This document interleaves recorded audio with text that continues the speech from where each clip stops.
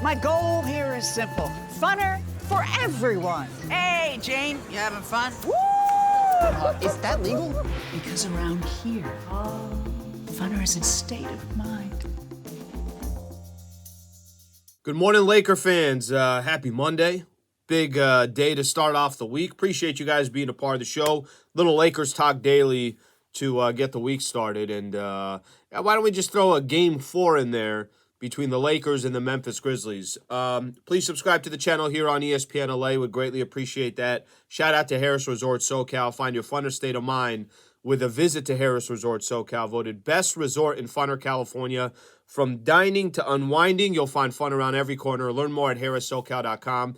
That's harrissocal.com. Thank you to their partnership, 2 hours away from downtown LA.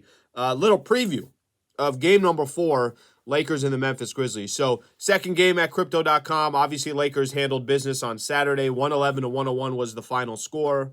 The score closer than the actual game was. Lakers dominated. We're up by 29 at one point. We're up by 26 at the end of the first quarter.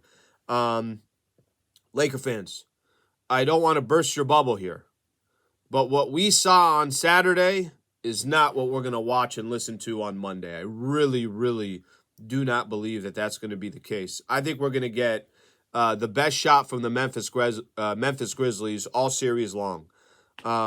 Memphis took a game in game 2, but they did it without Ja Morant. I think you're going to get that kind of desperation from the Memphis Grizzlies in game 4, but Ja Morant will be there. So that's the difference between the games. So just a little bit of a preview. I want to play this from Memphis' side. I'm going to play it from the Lakers side, and we could go from there. I'll do Memphis first, and then we'll come back with the Lakers.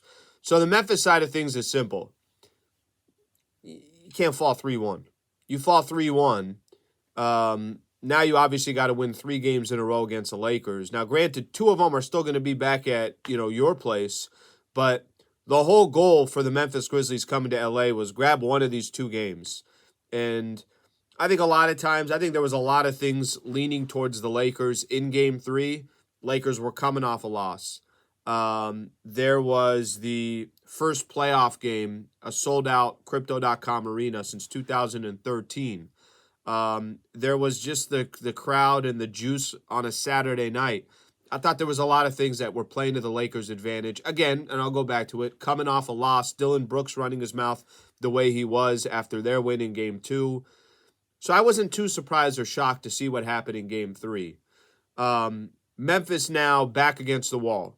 Basically what you're asking the Grizzlies to do, if you don't win tonight's game and you're the Grizzlies, you could bring it back to LA for game 6.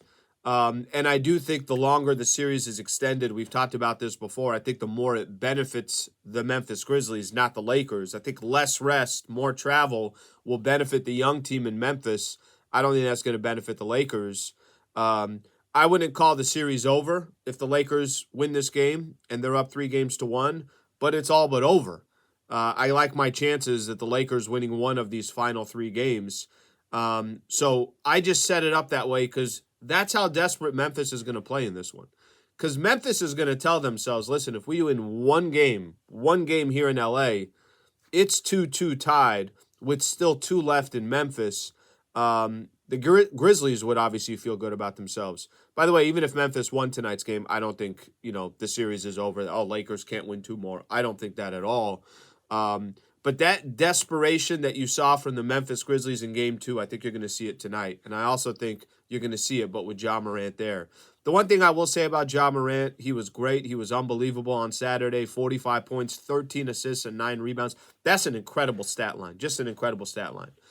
But I don't think Memphis's game plan, and I don't think their philosophy, I don't think one person's going to beat the Lakers. So I almost don't mind if Ja drops 40 as long as you hold everybody else. I think they're more dangerous if Ja drops 30 and Jaren Jackson Jr. has a good game, Desmond Bane has a good game, Dylan Brooks has a good game. I think they're better off that way to try to, steal one against the Lakers. Okay, that's the Grizzlies side. Let's look at the Lakers side.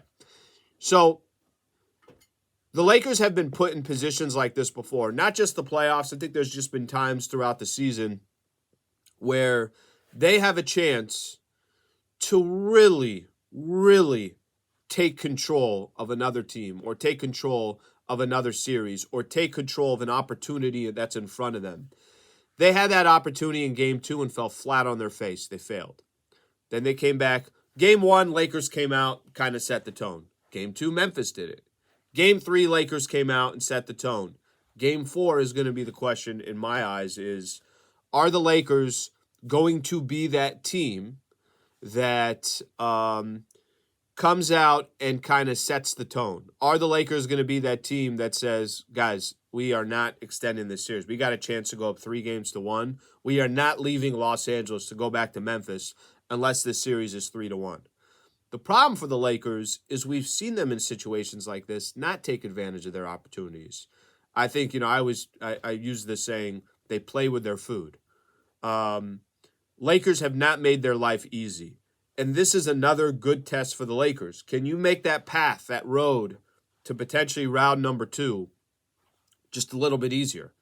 Because if not, you're staring at 2-2 going back to Memphis and, still a dogfight on your hands. So I think it's going to be fascinating. I just think that if you walked away from the game, game 3, thinking that's what game 4 is going to look like, I really don't believe that's going to be the case. I think we got a dogfight tonight. I think we got a really, really tough game against the Memphis Grizzlies.